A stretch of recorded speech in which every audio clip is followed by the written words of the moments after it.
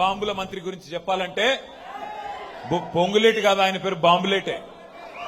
ఆయన గురించి చెప్పాలంటే ఎంత సంపాదించాడంటే ఆ నోట్లు లెక్కబెట్టే మెషిన్లు ఉంటాయి చూడు, నోట్లు లెక్కబెట్టే మెషిన్లు కూడా అలసిపోయేంత అక్రమ సంపాదన మీ మంత్రి గారు. ఒకటి కాదు, రెండు కాదు, తెగించినాడు. నేను మా అన్నదమ్ములను కోరేది, ఈ వీడియో పాలేరులో ప్రతి బిడ్డకి, ప్రతి అన్నకి, ప్రతి తమ్ముడికి, ప్రతి చెల్లికి, ప్రతి అక్కకి ఇంటింటికి చేర్చాల్సిన బాధ్యత మీది. ఇందుకేనా పాలేరు ప్రజలు గెలిపించింది మిమ్మల్ని?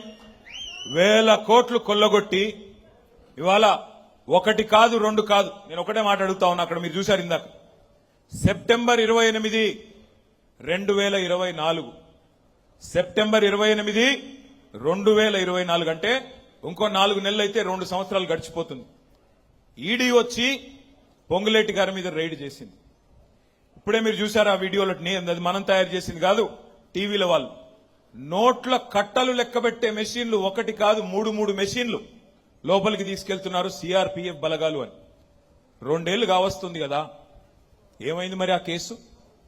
ఎక్కడ పోయినాయి 100 కోట్లు? దొరికిన 100 కోట్లు చెప్పగలరా ఎవరన్నా? ఎక్కడ పోయింది? ఇటు బీజేపీ వాడు మాట్లాడాడు, అటు కాంగ్రెస్ వాడు మాట్లాడాడు, అటు ఈడీ వాడు కనీసం ఒక స్టేట్మెంట్ కాదు, ఒక ట్విట్టర్లో ఒక ట్వీట్ కూడా పెట్టాడు. ఎందుకు మరి? ఏం జరుగుతా ఉంది? పొంగులేటి శ్రీనివాసరెడ్డిని, అట్లాగే ఇవాళ ఈడీని నడుపుతున్న కేంద్ర ప్రభుత్వాన్ని ఏ కారణం చేత 2 ఏళ్లైనా ఎందుకు మరి ఆ రైడు మీద ఒక్కటంటే ఒక్క స్టేట్మెంట్ కూడా బయటికి రాలేదు? ఎందుకు మంత్రి గారి మీద కేసు పెట్టలేదు? ఏంటి మీ లాలూచి అని నేను అడుగుతా ఉన్నా. ఆయన మొన్నటిదాకా మనతోనే ఉన్నాడు కదా, ఆయన మీద నాకేం కోపం ఉంటుంది. కానీ చాలా నికృష్టమైన పనులు 24 నెలలలో రేవంత్ రెడ్డి ఘరానా దొంగ అయితే పొంగులేటి శ్రీనివాసరెడ్డి గజ దొంగ మాదిరిగా ఇవాళ దోచుకుంటున్న విషయాన్ని మీకు చెప్పడానికి నేను ఇక్కడికి వచ్చాను.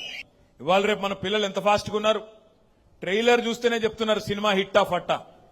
అట్లాంటిది ఇక్కడ ఇంటర్వెల్ అయిపోయింది కదా, ఇంటర్వెల్ ఫస్ట్ హాఫ్ మొత్తం డిజాస్టరే కదా. ఏమన్నా ఉందా? 2.5 ఏళ్లలో పీకింది ఏమన్నా సాధించింది ఉందా? అట్టర్ ఫ్లాప్ సినిమాకు అర్ధశత దినోత్సవం అన్నట్టు ఇలా పోజులు కొడతా ఉన్నాడు పొంగులేటి శ్రీనివాసరెడ్డి. ఇంకొక వీడియో కూడా నేను మీకు చూపెడతా. ఈయన డైలాగులు, ఈయన అహంభావం చూశారు కదా. బీసీ మంత్రుల్ని, కొండా సురేఖ గారిని మాట్లాడనీయకుండా మైకు కట్టేయడం, పక్కనే ఉండే వాకిటి శ్రీహరి మంత్రి గారి మీద కాగితాలు ఇసిరేయడం. ఎంత అహంకారం కాకపోతే సాటి మంత్రులు, సాటి ఎమ్మెల్యేలు, వారు కూడా మీతో పాటు ప్రజల చేత ఎన్నుకోబడ్డ వాళ్ళు అట్లా చేయవచ్చునా? అంత అహంకారం. అధికారులను పట్టుకొని, కలెక్టర్లను పట్టుకొని నీకు సెన్స్ ఉందా అంటున్నాడు. నేను అడుగుతా ఉన్నా, నీకుందా సెన్సు? ఇట్లా సిగ్గు లేకుండా దోచుకోవడానికి, ఇష్టారీతిన అక్రమ మైనింగ్ చేయడానికి నీ కుమారుడి కంపెనీ అడ్డం పెట్టుకొని వట్టినాగుల పల్లిలో పడి ఒక గజ దొంగలాగా దోచుకోవడానికి సిగ్గుందా అని అడుగుతా ఉన్నా. ఇవాళ ఆ పల్లవి షా, సతీష్ షా అనే వ్యక్తులు వట్టినాగుల పల్లిలో ఎప్పుడో 1967లో భూములు కొనుక్కున్నారు.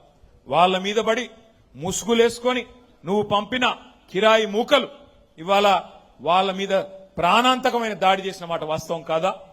ఎఫ్ఐఆర్ చేస్తే ఒక నిజాయితీ గల పోలీస్ అధికారి హబీబుల్లా ఖాన్ అని ఆయనను తెల్లారి వరకే ట్రాన్స్ఫర్ చేసిన మాట వాస్తవం కాదా? ఏది వాస్తవాలు కాదు పొంగులేటి గారు? మీ అన్యాయాలు, మీ అక్రమాలు, మీ అహంకారం ప్రజలు చూడట్లేదు అనుకుంటా ఉన్నారా? అందుకే నేను అంటా ఉన్నా, తప్పకుండా నాకైతే విశ్వాసం ఉంది, పాలేరులో ఎన్నిక ఎప్పుడు వచ్చినా ఎగిరేది గులాబీ జెండా మాత్రమే.